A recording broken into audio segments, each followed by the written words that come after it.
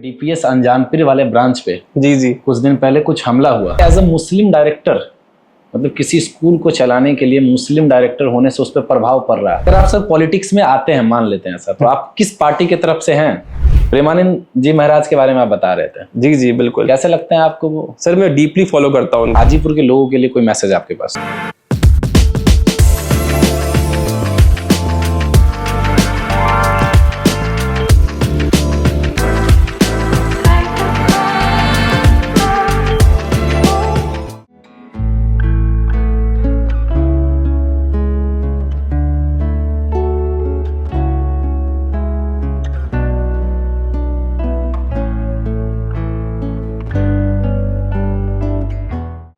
विरासत से तय नहीं होंगे सियासत के फैसले, विरासत से तय नहीं होंगे सियासत के फैसले, उड़ान तय करेगा कि आसमान किसका होगा।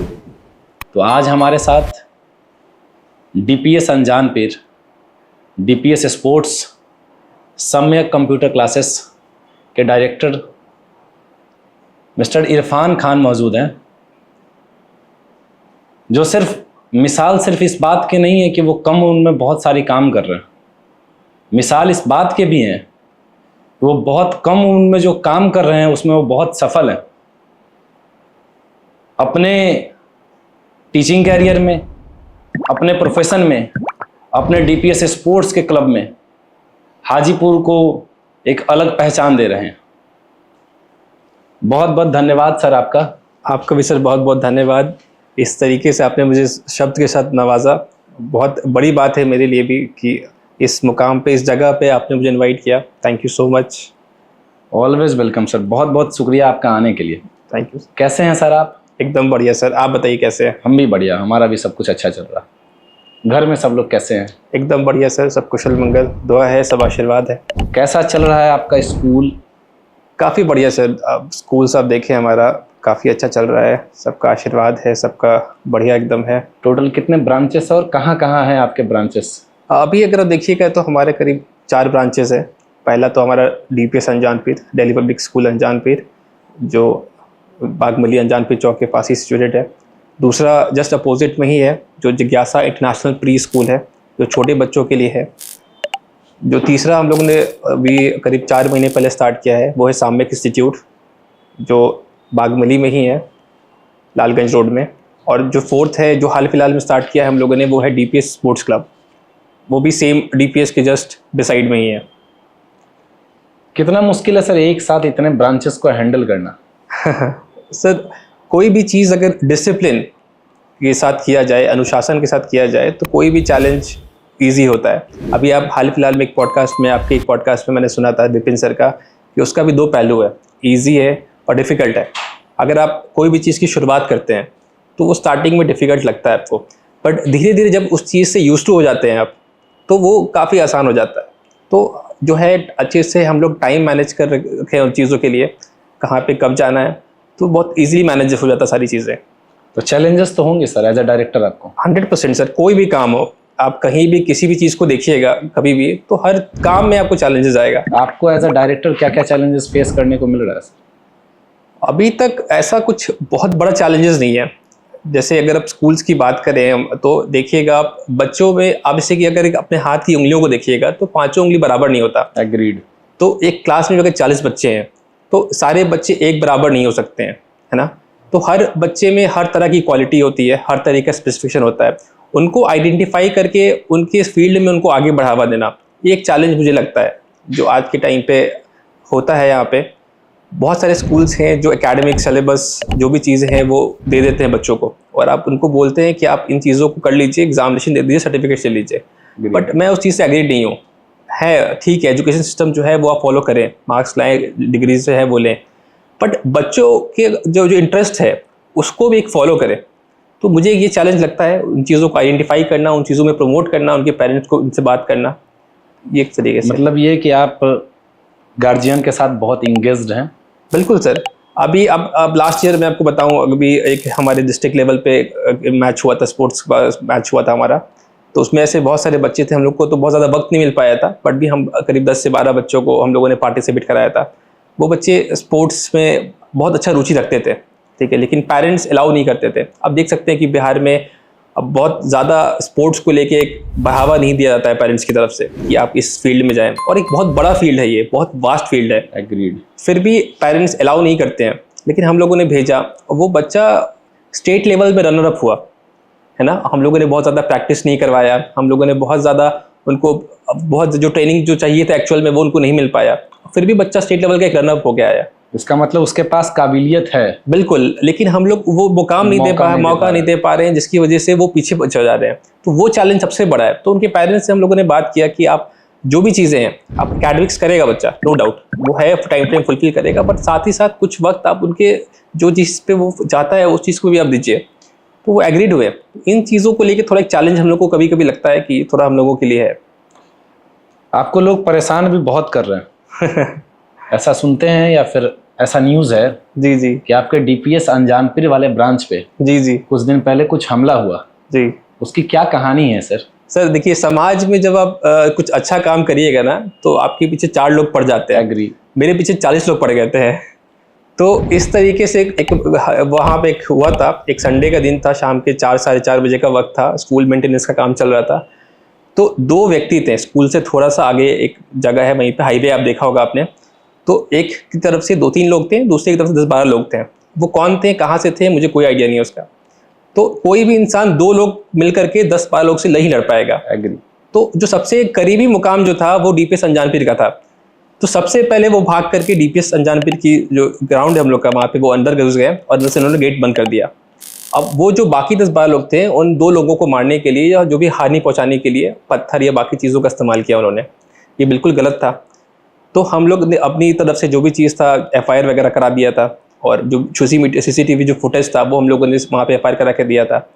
उसके बाद वो सीसीटीवी फुटेज मीडिया के पास गया, तो उसमें थोड़ा ट्विस्ट एंड टर्न कर दिया गया। जो लोग भाग के अंदर आए, वहाँ पे छुपे, उसके बाद उन पे गया, वो चीज़ क्रॉप करके बस इतना ही दिखाया गया कि डीपीएस अंजानपीर पे हमला हुआ। मैंने आज तक एक मच्छर नहीं मारा है मेरे पे बम गया, पत्थर किसी चीज़ और को लेकर के क्यों किया जाएगा। और सर नेगेटिव चीज़ें बहुत सारी हुई, मैं बताता हूँ आपको कितना नेगेटिव हुआ हमारे स्कूल के लिए। हज़ारों हज़ार लोग मेरे लिए जो है ना, मेरे लिए इतने लोग हैं खड़े, हमको नहीं पता था सर।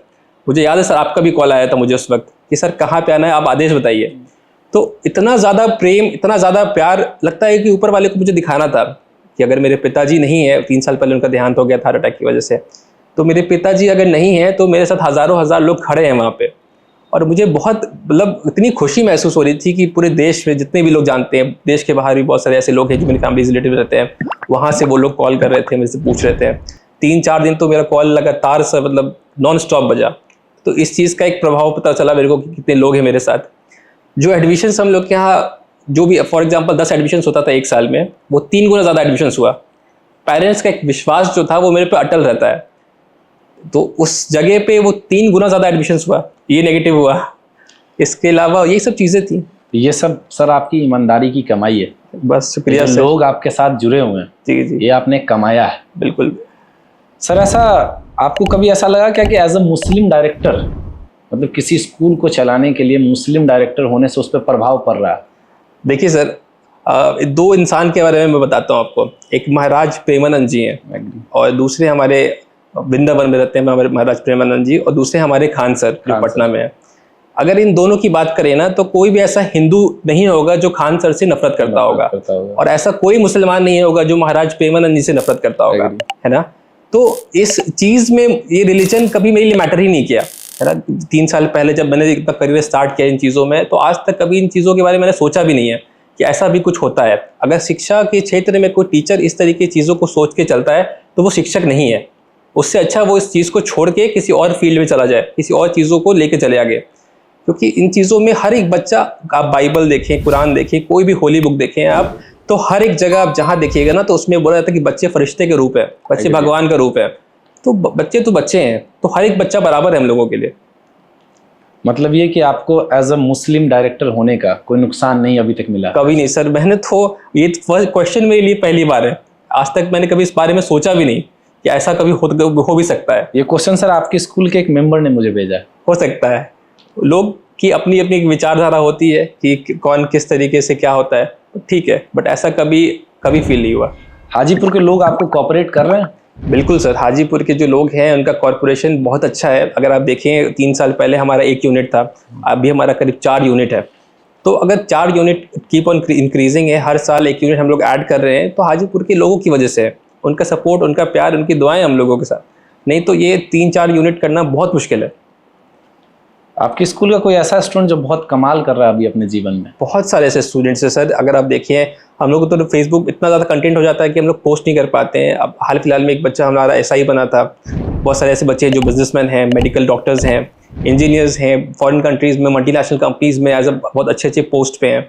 तो बहुत सारे ऐसे बच्चे हैं जो आके मिलते हैं एक मुकाम हासिल करने के बाद, तो बड़ा गर्व महसूस होता है कि चलो कुछ तो जीवन में किया हम लोगों ने, मेरे वही कमाई पिताजी है के द्वारा। आपकी। असल कमाई वही है हम लोगों की, तो Agree।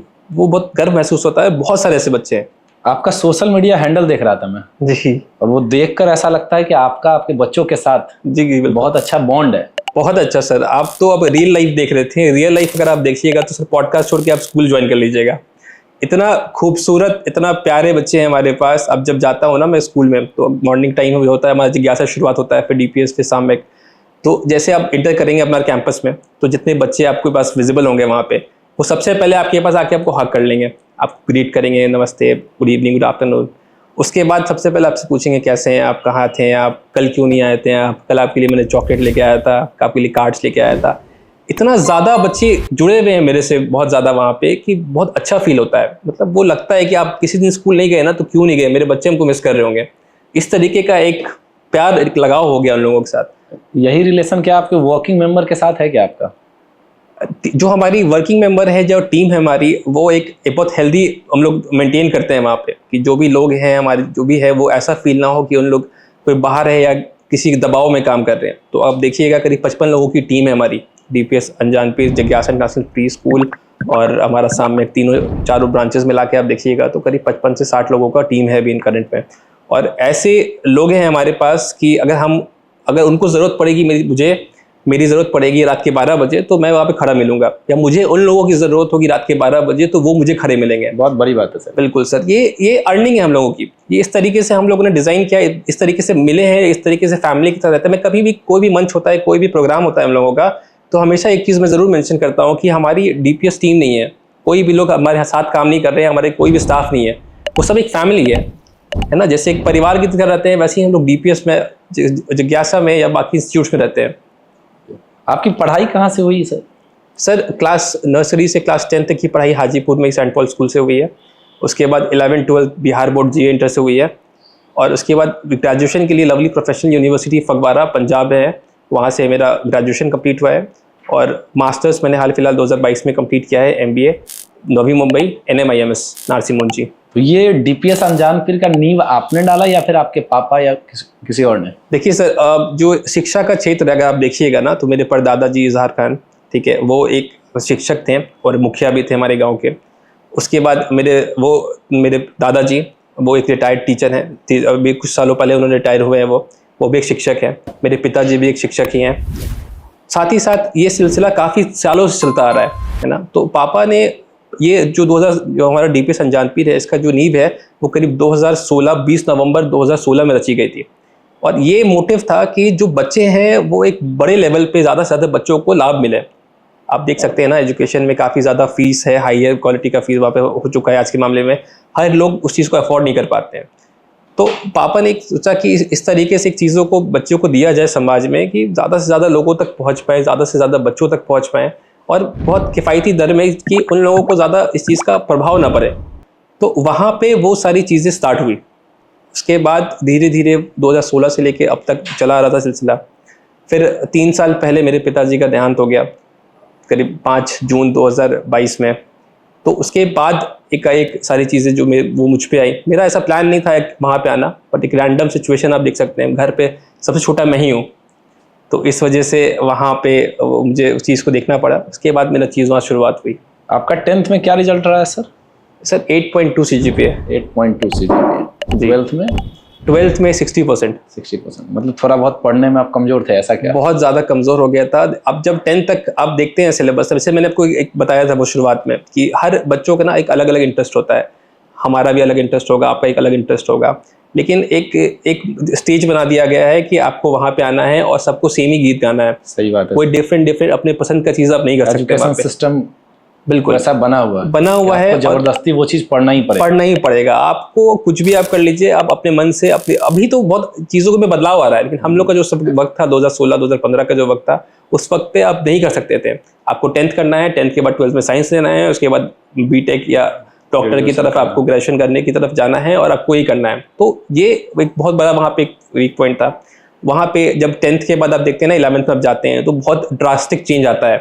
पहले आपको बोर्ड्स में पढ़ाया जाता है, हर एक कंटेंट शेयर किया जाता है कि 11th में आप बहुत ज़्यादा वास्ट सिलेबस है ना। तो वो जब 11th में आए तो लगा कि ये क्या, ये तो बहुत अलग ही चीज़ हो रहा है, और कोई बताने वाला भी नहीं था वहाँ पे कि किस तरीके से इन चीज़ों को हम लोग मैनेज करें, किस तरीके से अनुशासन के साथ काम करें। तो बहुत ज़्यादा रिजल्ट मेरा डाउन हुआ था। इरफान सर शादी कब कर रहे हैं?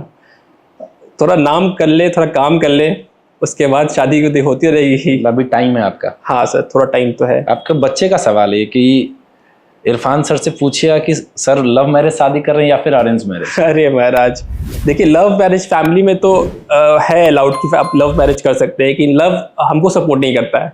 आप नहीं कर रहे हैं लव मैरिज? हाँ, मेरा जो प्यार है, मेरा जो लव है, मेरे बच्चों के साथ है, तो किसी और के साथ तो डिवाइड नहीं हो सकता है। मतलब आज तक आप कभी किसी से मोहब्बत नहीं हुआ बच्चों को छोड़कर? नहीं, ऐसी मोहब्बत तो हुई होगी, कभी है, हुआ था कभी ना कभी, बट बच्चों की अब तो सिर्फ बच्चे ही मोहब्बत है। तो कब हुआ सर? कुछ टाइम हो गया सर, कुछ पहले। अब बीती बातों पे क्या डाले दो। नहीं फिर भी तो सर बच्चे को जानना है आपके बारे में थोड़ा बहुत। करीब पहले हमको लगता है कि ग्रेजुएशन के टाइम हुआ था, बट आप देखते हैं ना कि आप जब तक करियर में आप आगे ना कर पाए, जब तक आप कुछ हो ना, तब तक आपका जो मोहब्बत हो वो फेल हो चुका, वो हो जाता है। वो आपके तरफ से फेल हुआ या फिर नहीं आपके पार्टनर की तरफ से? फेल तो मेरी तरफ से ही हुआ, क्योंकि उस टाइम मैं कुछ नहीं कर रहा था, बेरोजगार, कुछ था नहीं वैसा मेरा। वही चीज़ है ना, उस टाइम अगर हम लोगों को वो बताया जाता, सिखाया जाता है कि आप करियर में कुछ अच्छा करिए, इन चीज़ों को आप फोकस ना करें, तो शायद वो चीज़ ना करके आज करियर में कहीं और कुछ अच्छा कर रहे होते। कितना दिन चला सर आपका रिलेशनशिप? 3 साल। 3 साल तो सर लंबा टाइम होता है। बहुत लंबा समय होता है सर। फिर तो आपको दुख हुआ होगा सर। होता है सर, लेकिन क्या कीजिएगा, जब किस्मत का जो दुख आपको पड़ता है ना सर, तो उनके सामने बाकी सारा दुख छोटा पड़ जाता है। अब दुनिया, समाज है, मेरे बच्चे हैं, पेरेंट्स हैं, बहुत सारी चीज़ें हैं, तो वो जो रिस्पॉन्सिबिलिटी है, जो जिम्मेदारी है, उसके सामने बाकी सब चीज़ें छोटी लगती है। अब तो आप लाइफ में कुछ कर रहे हैं, कुछ नाम कर रहे हैं। जी जी। तो अब आपको उम्मीद है कि आप दोबारा जिससे आप बात करते थे पहले जी, आप उनके साथ दोबारा आगे बढ़ पाएंगे या फिर उनसे शादी होगा आपका? नहीं, ऐसा कुछ नहीं है, ऐसा कभी हुआ भी नहीं। जब ग्रेजुएशन टाइम की वक्त सब, जब उस वक्त का ये जो भी था, जो भी चीज़ थी, वो तो वहीं का वहीं ख़त्म हो गया। और ये सब चीज़ें हमको लगता नहीं है कि अब बहुत ज़्यादा अगर ऐसा है, अगर जो भी चीज़ था वो उसी वक्त। 3 साल सर बहुत बड़ा टाइम है ना? हाँ सर, बिल्कुल, बहुत लंबा समय होता है। 3 साल अच्छा खासा वक्त होता है, लेकिन लाइफ में वही होता है ना कि अब करियर आपके पास नहीं है। हम लोग ना मर्द है, मर्द के लिए करियर जो है और अपॉर्चुनिटीज़ जो है वो होना बहुत ज़रूरी है, सबसे इम्पोर्टेंट। अगर वो नहीं है तो कुछ नहीं। गांव में बोलते हैं ना, नौकरी उसके बाद छोकरी। सही बात है। तो वो कहीं ना कहीं वो भी जानते हैं कि आपके पास, अगर आप जब तक अपना जो लाइफ है आप सेटल नहीं कर लेते हैं, आपके पास कोई करियर नहीं होगा, तब तक स्ट्रीम नहीं होगा, तब तक आपका वैल्यू ज़ीरो है। आजकल के बच्चे बहुत ज़्यादा इन्वॉल्व्ड हैं इन सब चीज़ों में। बिल्कुल, बॉयफ्रेंड, गर्लफ्रेंड, रिलेशनशिप, ये करना वो करना, घूमना, डेटिंग। जी जी। क्या लग रहा है आपको इसके बारे में, किस तरफ ये दुनिया जा रही है? आज के वक्त, पहले तो बहुत कम था इन चीज़ों को लेकर के, आज के टाइम में जो कल्चर है काफ़ी वेस्टर्न हो चुका है, काफ़ी चेंज आ चुका है। क्लास 7th 8th से आप देखिएगा तो बच्चों में ये चेंज आ गया है कि एक दोस्त होना चाहिए, एक डेटिंग होना चाहिए, या जो भी चीज़ें हैं वहाँ पे। मुझे नहीं लगता, देखिए रिलेशनशिप क्या है ना कि दोनों को, उसमें भी 2 पहलू है। अगर कोई एक अच्छा इंसान आपको मिले जो आपको काफ़ी मोटिवेट करे, आपको आगे बढ़ने के लिए सपोर्ट करे, तो एक आपके लिए एक होता है वो चीज़ की, समझ आता है कि नहीं ठीक है, आगे आपको बढ़ावा किया जाएगा। लेकिन कोई एक ऐसा इंसान जो आपको हमेशा नेगेटिव चीज़ों को लेके बोले, आपको आपकी चीज़ों से मतलब रखे, आपका एफर्ट्स ना देखे, अब भी चीज़ है, तो वो बेकार हो जाता है। और आज के वक्त में आप कुछ भी देख लीजिए, एक दोस्ती देख लीजिए आप। पहले के टाइम में हम लोग की ऐसी दोस्ती होती थी, हमारे ऐसे फ्रेंड्स थे वहाँ पे कि 4 साल 5 साल मुलाकात ना भी हो, और 5 साल के बाद जब मुलाकात हो रही है तो ऐसा नहीं लगेगा कि 5 साल मुलाकात नहीं हुआ है, वो लगेगा कि अरे यार कल की बात है। उस तरीके से होता है। और आज के वक्त में 2 दिन, आज किसी से दोस्ती है, कल किसी और से दोस्ती है, परसों किसी और से दोस्ती है, तो सब एक दिखावा है, बहुत ज़्यादा एक ये सब चीज़ें जो बहुत ज़्यादा बेकार है। तो इन सब चीज़ों में पढ़ना बहुत बेवकूफ़ी है। उस वक्त कोई समझाने वाला नहीं था, इस वजह से 3 साल बर्बाद किया हम लोगों ने। अगर कोई होता वहाँ पे उस वक्त इंसान समझाने वाला कि इन चीज़ों को, तो वो छोड़ करके करियर फोकस करते, ऐसा 10 रिलेशनशिप अब हो जाता है हम लोगों का। सही बात है सर, एग्री। ऐसा सर सुने अफवाह ऐसा है सर हाजीपुर में कि आप को मन है पॉलिटिक्स में जाने का। देखिए, हाल फिलहाल में हम लोगों ने एक पोस्ट भी किया था, मैंने खुद किया था ये पोस्ट कि लगता है हाजीपुर में एमएलए बनकर ही हाजीपुर का विकास करना पड़ेगा। अभी जब मैं आ रहा था आपके स्टूडियो में ना, तो गलती से एक राइट टर्न ले लिया मैंने। तो वहाँ पे मैंने देखा हाजीपुर में नाव चल रहा था, तो बड़ा सरप्राइज हुआ। मेरी गाड़ी थोड़ी सी बड़ी है, ऊंची है, तो जिसकी वजह से मेरा गाड़ी वहाँ से निकल के टर्न लेके मैं आ पाया। तो आप जब हाजीपुर के लोग आप देखिएगा ना, किसी भी हाजीपुर के लोग से आप बात करिए, उनसे पूछिए, 20 साल तक आप किसी एक आदमी प्रतिनिधि को चुनते हैं, उनसे बात करते हैं, उनको वोट देते हैं, तो एक भरोसे पे देते हैं, है ना। जो प्रतिनिधि हैं वो पब्लिक सर्वेंट है, एग्री है सर, पब्लिक उनकी सर्वेंट नहीं है ना। तो हाजीपुर में क्या मांग रहा है डिमांड, कुछ क्या है उन लोगों की डिमांड, बहुत बेसिक डिमांड है। और हाजीपुर बहुत भाग्यशाली है कि हाजीपुर में इतने बड़े बड़े नेता हैं, इतने बड़े बड़े चेहरे हैं, है ना। सेंट्रल में देखिए आप, स्टेट में देखिए आप, लेकिन उसके बावजूद भी उन लोगों का एक्सपेक्टेशन बहुत ज़्यादा नहीं है। आप साफ सुथरा सड़क दे दीजिए, बिजली का पोल इस तरीके से अरेंज कर दीजिए कि किसी करंट लगने से मौत ना हो जाए, और इसके बाद बेसिक सरकारी स्कूल का सुविधाएं हैं उनको थोड़ा सा अच्छा कर दीजिए। बहुत बेसिक चीज़ें हैं, इतना ही कर दीजिएगा तो हाजीपुर की जनता संतुष्ट है। अगर आपसे वो चीज़ नहीं हो पा रहा तो आप मौका हमको दे दीजिए, हम करके दिखाते हैं। मतलब ये कि आपको मन है पॉलिटिक्स में आने का? पॉलिटिक्स से ऐसा बहुत ज़्यादा इंटरेस्ट नहीं है, कभी मैंने आज तक इन चीज़ों पे लेके कभी प्रमोट नहीं किया गया, कभी आज तक एक पोस्ट भी नहीं किया। लेकिन मैं खुद इन चीज़ों से बहुत परेशान हूँ, जिसकी वजह से मुझे लगा नहीं कि मुझे बोलना चाहिए। अगर उनसे नहीं हो पा रहा है तो मैं शायद आगे मैं वो चीज़ कर पाऊँ।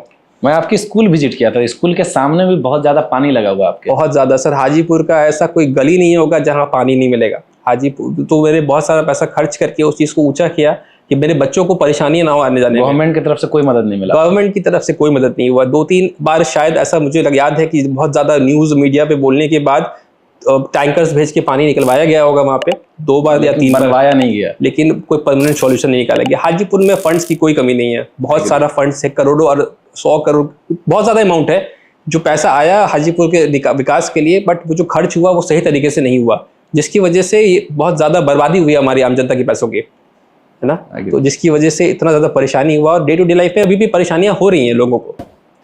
अगर आप सर पॉलिटिक्स में आते हैं, मान लेते हैं सर, तो आप किस पार्टी की तरफ से हैं? देखिए, बिहार में तो मुझे अभी आप देखिए 2-3 पार्टीज है, बहुत बड़े बड़े चेहरे हैं यहाँ पे, है ना। नीतीश कुमार सर है, तेजस्वी यादव जी हैं, बीजेपी है, हमारी बहुत बड़ी टीम है यहाँ पे। लेकिन अभी जो सबसे बड़ा चेहरा है अभी जो दिख रहा है वो प्रशांत किशोर जी का है। अच्छा, प्रशांत किशोर, मतलब जन स्वराज को आप सपोर्ट कर रहे हैं? जन स्वराज को लेके उनको भी इसलिए सपोर्ट कर रहे हैं हम लोग क्योंकि जो उनका मुद्दा है ना, बिहारियों के लिए, हम लोगों के लिए, वो एक लगता है कि आम नागरिक है, हम लोगों की तरह एक आम जनता है, और हम लोगों के लिए आवाज़ उठा रहे हैं सदन में बाकी चीज़ों के लिए। पढ़ाई लिखाई को लेकर देखिए, बिहारी जो हम लोग स्टेट छोड़ के दूसरे स्टेट्स में काम कर रहे हैं उनके लिए बात कर रहे हैं, सड़क के लिए, जो भी चीज़ देखिए आप, हर एक चीज़ वो हमारे लिए बात कर रहे हैं, तो हम लोग क्यों सपोर्ट ना करें उनको? एग्री है सर। आज तक देखिएगा, नीतीश सर भी ऐसा नहीं है कि उन्होंने काम नहीं किया, बहुत काम किया। बिहार उस वक्त बहुत ज़्यादा पिछड़ा हुआ था, बहुत पहले था, उस मुकाबले अभी के टाइम पे आप देखिएगा तो बहुत सारी चीज़ों का विकास किया उन्होंने, इस चीज़ में कोई दो राय नहीं है। लेकिन अभी भी जो चीज़ चाहिए था वो अभी तक नहीं मिला हम लोगों को, तो वो तो हम लोग को डिमांड करना पड़ेगा। अगर हम लोग वोट करें, एक डेमोक्रेटिक कंट्री में रहते हैं, जो हमारे स्टेट में इलेक्शन है, हम वोट देते हैं, तो हमारा अधिकार है कि हम उनसे पूछें, सवाल करें कि जो आपने वादा किया था, जो भी चीज़ पूछी थी आपने हमसे, वो कहाँ है, कब मिलेगा, कैसे होगा। मतलब ये कि अगर आप पॉलिटिक्स में आएंगे तो आप प्रशांत किशोर जी के साथ हैं? बिल्कुल, ये तो हमारे प्रतिनिधि जो भी हैं वो हमारे चीज़ों का जो भी चीज़ है, बहुत बेसिक सा डिमांड है, वो फुलफिल कर दें। नहीं तो हम खुद आएंगे उन चीज़ों में। हाजीपुर की जनता अगर इस तरीके से अगर हमको मौका देती है तो ज़रूर करेंगे, फॉर श्योर आके जो भी चीज़ होगा वो फुलफिल करेंगे। बहुत बढ़िया सर। आपके हिसाब से सर एक बेहतर स्कूल का डिफिनीशन क्या है? सर, बेहतर स्कूल का एक डेफिनेशन मेरे हिसाब से ना, अभी आप देखिएगा जब छोटे छोटे बच्चे हैं हमारे स्कूल्स में, बड़े बच्चे भी हैं, तो उनके अंदर क्यूरियोसिटी बहुत ज़्यादा है, जिज्ञासा बहुत ज़्यादा है, सवाल को, हर चीज़ को जानने का। अगर कोई सामान रखा है तो वो क्या है, वो क्यों है, वो किस तरीके से, प्रैक्टिकल नॉलेज बहुत ज़्यादा इंपॉर्टेंट है ना। तो अब देखिएगा हमारे वीडियोज़ में भी अक्सर मैं पोस्ट करता रहता हूँ, मैंने उन चीज़ों को कभी नहीं किया। आप देखिएगा एनसीईआरटी बुक्स में हर एक जो भी एग्जाम्पल्स है या भी साइंस एक्सपेरिमेंट्स करते रहते हैं, वो एनसीईआरटी के बुक्स में दिया हुआ है, कोई बहुत नई चीज़ नहीं करते हैं हम लोग।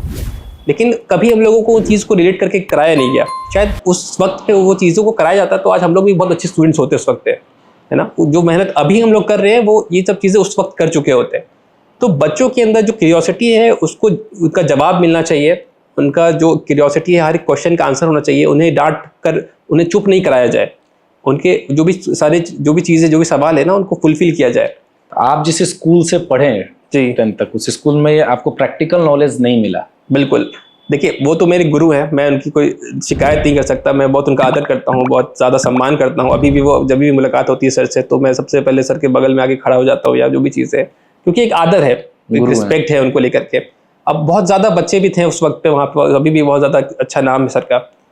तो नो डाउट कि उस वक्त पे ऐसा था और मुझे नहीं मिला, जिसकी वजह से जो एक प्रैक्टिकल, एक जो बेसिक एकेडमिक्स है वही फॉलो कराया गया। एग्जाम जो चला आ रहा है एनईपी की तरफ, जो एजुकेशन सिस्टम में चला आ रहा है, वही सिस्टम उस टाइम में हो रहा था, जिसकी वजह से वो उस चीज़ की कमी थी। ये डीपीएस स्पोर्ट्स लाने का पीछे मेन कारण? देखिए सर, अभी मैं आपको बताऊं कि अभी 2 साल 1.5 साल पहले करीब पेरिस ओलंपिक्स हुआ था 2024 में, है ना। तो हमारी पूरे भारतवर्ष में से 2 या 3 गोल्ड मेडल हम लोगों ने जीता था, 140 करोड़ की आबादी में से 3 गोल्ड मेडल्स। और ऐसे बहुत सारे देश हैं जो हमारे दिल्ली के बराबर है, जो हमारी मुंबई के बराबर है, बहुत छोटा छोटा, वो 4 मेडल्स 5 मेडल्स जीत कर गए थे वहां से। तो हम लोग कितने पीछे हैं। अमेरिका हम लोगों से बहुत छोटा है, बहुत छोटा है इन केस ऑफ पॉपुलेशन। बिल्कुल। और वहाँ तो आप नंबर मुझे याद भी नहीं है, क्योंकि बहुत 100 के आसपास। 100 के आसपास वो गोल्ड मेडल्स वहाँ से उन लोगों ने जीता। कैसे, क्यों इतना आगे हैं वो लोग? क्योंकि हम लोग कहीं ना कहीं बहुत सारे मुद्दों में फंसे हुए हैं, और जो असल बात होनी चाहिए वो नहीं होती है वहाँ पे। अभी आप देखिए, जैसे कि मैंने बताया, कुछ बच्चों को हम लोगों ने भेजा, स्टेट लेवल पे गए वहाँ पे और रनर अप हो गया है। वैभव सूर्यवंशी समस्तीपुर से, काफ़ी अच्छा काम किया उन्होंने आईपीएल में। आप उसके बाद रिंकू सिंह का आप नाम सुनते होंगे, ईशान किशन का सुनते होंगे, ऐसे कई नाम है बिहार में जो अभी इन लोगों ने अचीव किया। ये 5 साल 10 साल पहले ये मुकाम उनको मिल चुका होता, अगर आप, हमारी सरकार, हमारे लोग, हमारी पेरेंट्स, सबकी गलती है। सिस्टम अगर सही रहता, बिल्कुल, ये सिस्टम अगर सही होता तो ये मुकाम उनको बहुत पहले मिल चुका होता और बहुत बढ़िया कर रहे होते, हमारा नाम काफ़ी पहले हो चुका होता। तो बस यही मोटिव, यही मंशा लेकर के ना हम लोग इन चीज़ों को ओपन किया हम लोगों ने। और देखिएगा आने वाले, आज इस जगह पे, इस कैमरे पे हम बोल के जा रहे हैं कि आने वाले वक्त पे वैभव सूर्यवंशी जैसे बच्चे डीपीएस स्पोर्ट्स क्लब से भी मिलेंगे आपको। ये बहुत बड़ी बात है सर। बिल्कुल। आपका पर्सनली सर किस स्पोर्ट्स में इंटरेस्ट है आपका? मेरा सर ज़्यादातर क्रिकेट में रहा है।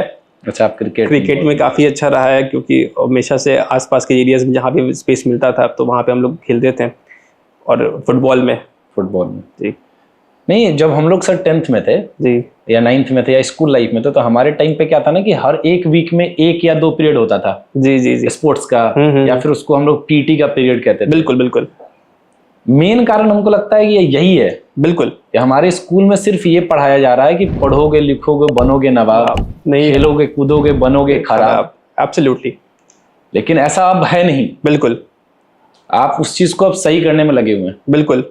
मतलब ये कि आपके स्कूल में जो बच्चे पढ़ रहे हैं जी, अगर उनको रुचि है कि वो स्पोर्ट्स में जाएं, किसी भी फील्ड में जाएं, स्पोर्ट्स के, वो क्रिकेट हो, फुटबॉल हो, बैडमिंटन हो, या फिर जो आप व्यवस्था दे रहे हो उस हिसाब से, तो आप उसको पढ़ाई के साथ साथ स्पोर्ट्स में भी आगे बढ़ाएंगे। बिल्कुल, इसका जिम्मेदारी आप ले रहे हैं। बिल्कुल। देखिए, हर दिन स्पोर्ट्स करवाना बच्चों के लिए किसी भी स्कूल के लिए पॉसिबल नहीं होता है, क्योंकि सिलेबस सीबीएसई का बहुत वास्ट है ना। और बहुत सारी एक्टिविटीज़ हैं, बहुत सारे ऐसे लैब्स हैं, कंप्यूटर लैब्स हैं, मैथमेटिक लैब्स हैं और उन चीज़ों को देके हर दिन पॉसिबल करना बहुत मुश्किल है। तो हम लोग ज़्यादातर क्या करते हैं ना कि वीक में एटलीस्ट मिनिमम 2 क्लासेस बच्चों के लिए हर एक क्लासेस में से अवेलेबल हो। उसके बाद संडेज़ को अवेलेबल रहते हैं हमारे कोचेस कि डीपीएस स्पोर्ट्स क्लब में वहाँ जाके उन चीज़ों को कर पाएँ। हर साल एनुअल स्पोर्ट्स का कार्यक्रम कराते हैं हम लोग। डीपीएस स्पोर्ट्स में सिर्फ डीपीएस के बच्चे ही एडमिशन ले सकते हैं या फिर कोई भी और भी बच्चे? कोई भी बच्चे, जो भी बच्चा रुचि रखता है स्पोर्ट्स को लेकर के, तो शाम के 3 बजे से लेकर 8 बजे तक बच्चे आ सकते हैं, और संडे के दिन सुबह 10 बजे से रात के 8 बजे तक उस तरीके से व्यवस्था की गई है कि आप आराम से आके वहाँ पे खेल सकते हैं। आज के वक्त में आप देखिएगा ना कि आप बहुत ज़्यादा एक्टिविटी कम हो गया बच्चों में। पहले हम लोग के पास गली मोहल्ला एक छोटा सा मैदान तो कहीं ना कहीं मिल जाता था जहाँ पे खेल सकते थे।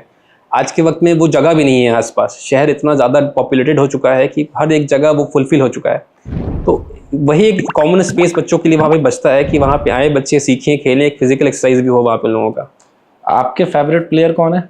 सर MS जी, महेंद्र सिंह धोनी, मतलब थाला। बिल्कुल। आप चेन्नई को सपोर्ट करते हैं? बहुत ज़्यादा सर, मतलब चेन्नई सुपर किंग के बहुत बड़े फैन है सर। बहुत बड़े फैन हम तो सर ठहरे विराट कोहली के फैन, आरसीबी सपोर्टर। चलिए सर, इस बार आपको कप भी मिला। मेरा दोस्त लोग सर हमको बहुत चिढ़ाया इसके लिए, लेकिन सब्र का फल मीठा होता है।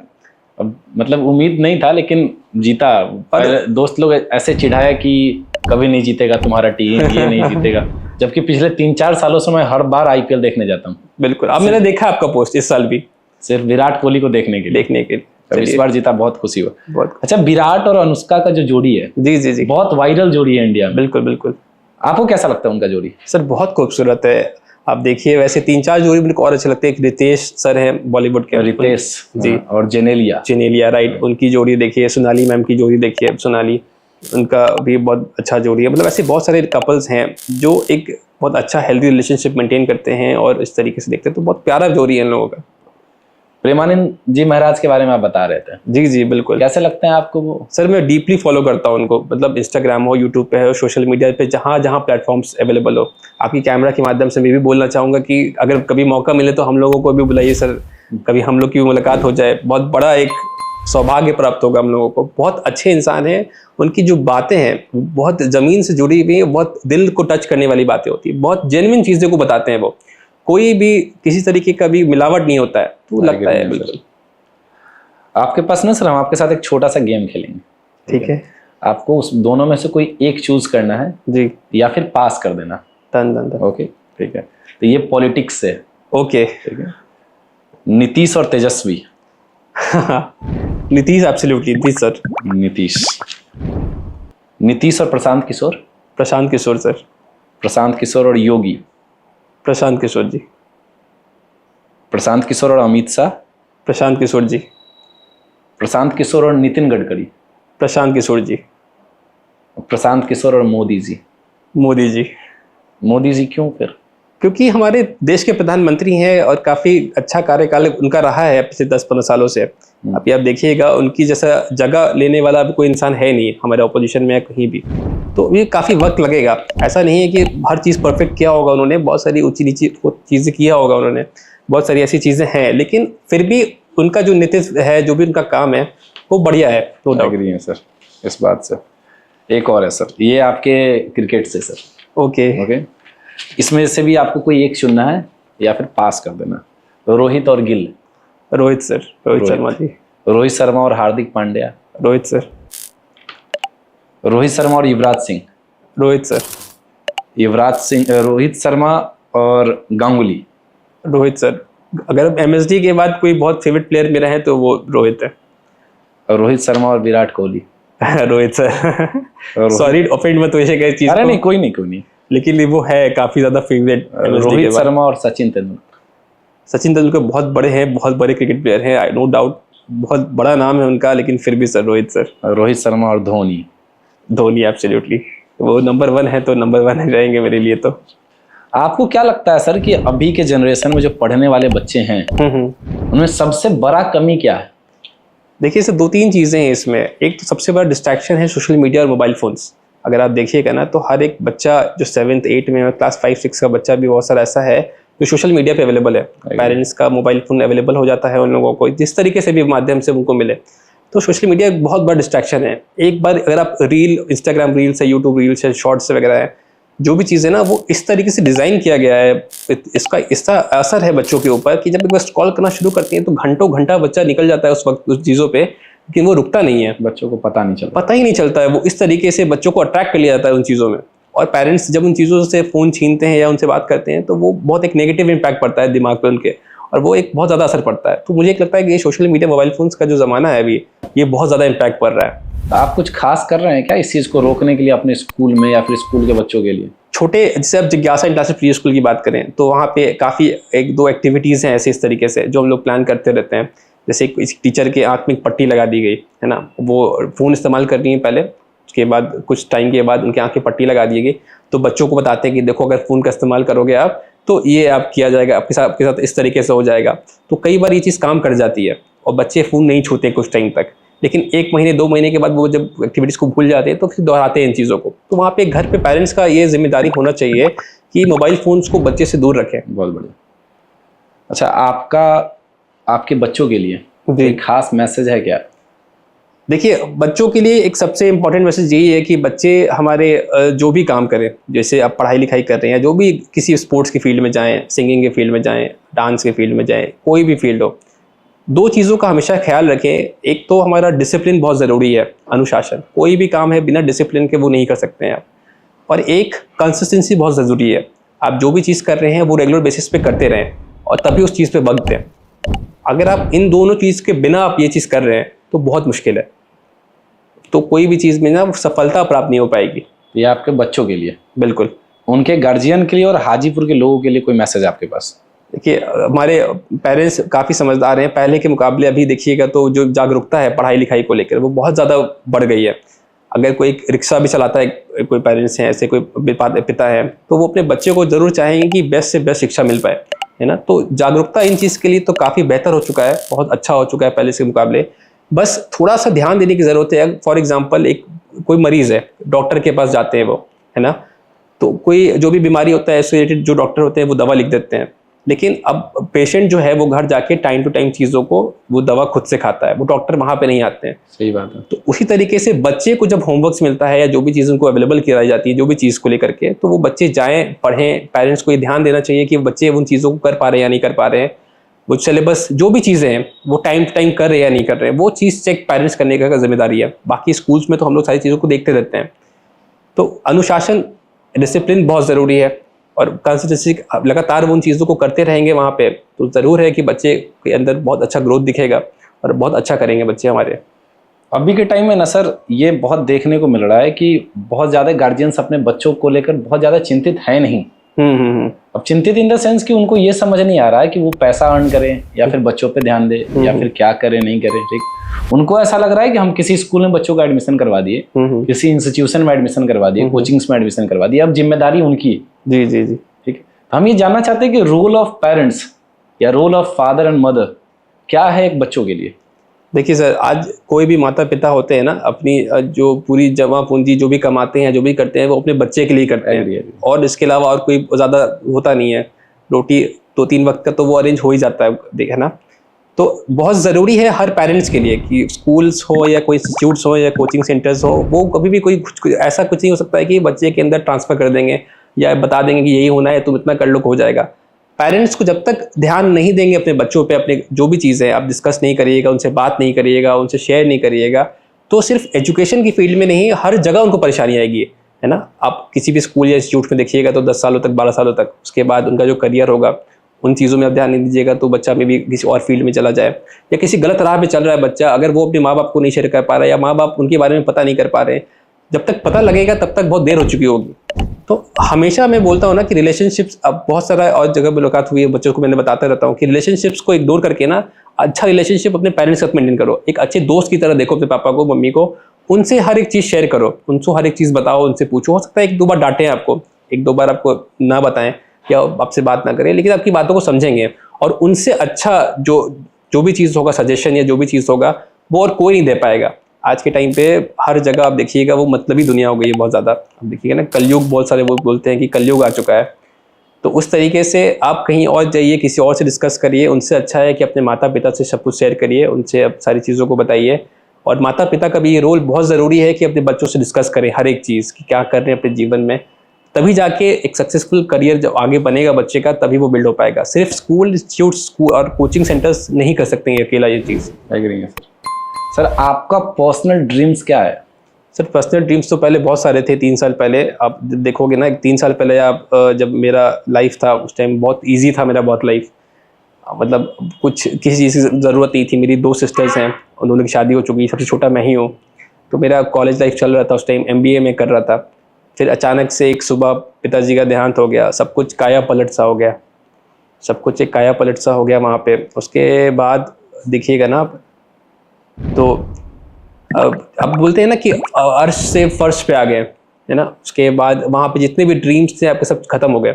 ऐसे हम लोग घर की जिम्मेदारियां जब टूटती हैं मर्द पे, बिल्कुल, तो फिर उसके अपने सपने टूट जाते हैं। एब्सोल्युटली, बहुत ज़्यादा वो परेशानी का सबब था हम लोगों के लिए। और वहाँ पे हम लोगों का करियर शुरू हुआ। स्टार्टिंग में तो काफ़ी डिफ़िकल्टीज़ हम लोगों ने फाइंड किया वहाँ पे। उसके बाद धीरे धीरे धीरे धीरे धीरे धीरे ग्रो होते होते होते बहुत सारे हमें जो टीम मेंबर्स हैं, बहुत सारे ऐसे लोग हैं, जैसे 2-3 अनमोल रतन है हमारे पास हमारे टीम में। एक नीतीश भारद्वाज सर, ठीक है, और दूसरे हैं निहाल अहमद सर, तीसरी हैं आरती मिस। ऐसे ही 2-3 लोग इतने ज़्यादा सपोर्टिव थे मेरे लाइफ में, इतना ज़्यादा हम लोगों को समझाएं, बताएं। मैं अभी भी इन सब लोगों से सीखता हूँ। हमारे टीचर्स, हमारे गुरु जितने भी हैं लोग से मैं देखता रहता हूँ कि किस तरीके से सारी चीज़ों को करते हैं। तो इससे अच्छा और कोई ड्रीम अब बचा ही नहीं। अब बस एक ही ड्रीम है कि हज़ारों करोड़ों बच्चों को पढ़ाना है और उनके भविष्य को उज्जवल बनाना है, और इसके अलावा कोई ड्रीम नहीं बचा है हम लोग के पास। पिताजी के खोने का तकलीफ आपको है? बहुत ज़्यादा सर। देखिए, पिता तो पिता होते हैं सर। पिता अगर कुछ ना भी कर रहे हो, पिता सिर्फ घर पे भी अगर हो ना, तो एक लगता है कि आपके ऊपर एक शील्ड है, घर का पिलर है वो। पिलर है वो। कुछ भी हो पिताजी देख लेंगे, कुछ भी हो देख लेंगे। और हम लोग का ऐसा था कि सर, मतलब एक बोलते हैं ना कि किसी तरीके का कुछ जिम्मेदारी नहीं था, कुछ भी नहीं था, पता ही नहीं था कि इस लाइफ इस तरीके से आपका इम्तिहान लेगी। और उस वक्त पे अचानक से एक ड्रास्टिक चेंज आ गया आपकी लाइफ में। तो उसके बाद फिर दिखा कि जब पिताजी का इतना लंबा मेहनत था इन सब चीज़ों को लेकर के, वो व्यर्थ नहीं जाना चाहिए। कुछ भी हो, अगर दिन के 15 घंटा काम करना ही पड़े तो करेंगे हम लोग, लेकिन व्यर्थ तो नहीं जाने देंगे। तो वही एक मोटिव लेके हम लोग चले कि पिताजी का जो विजन था, जो मेहनत था, उस चीज़ को आगे से आगे बढ़ाएं हम लोग। इस वजह से इस मुकाम पे हैं। अभी जो है बहुत छोटा सा मुकाम है और बहुत मेहनत करनी है। ईश्वर करे कि सर आप बहुत आगे जाएं। बहुत बहुत आप बहुत मेहनत कर रहे हैं। चलिए, मैंने इस पे 2 लाइन लिखा था। जो लोग कहते हैं ना कि मर्द कुछ नहीं करता, जी, सब कुछ औरतें ही करती हैं। जी जी लोग सिर्फ औरत को भगवान जैसा ट्रीट करते हैं हमारे समाज में। जी जी जी लेकिन मर्द को वो तवज्जो और वो इज्जत हमारे परिवार में नहीं मिल रहा। बिल्कुल। तो मैंने उस पर 2 लाइन लिखा था कि मुसीबत के वक्त में घर की आखिरी निशानी बिकते देखा है। मुसीबत के वक्त में घर के आखिरी निशानी बिकते देखा है। बिछड़ने का दर्द हो गहरा तो दिल से सपने नूरानी बिकते देखा है। और कैसे मान लूं कि औरतें ही उठाती हैं तकलीफ़ें सारी। कैसे मान लूं कि औरतें ही उठाती हैं तकलीफ़ें सारी। 2 वक्त की रोटी के खातिर शहर में मर्दों की जवानी बिकते देखा है।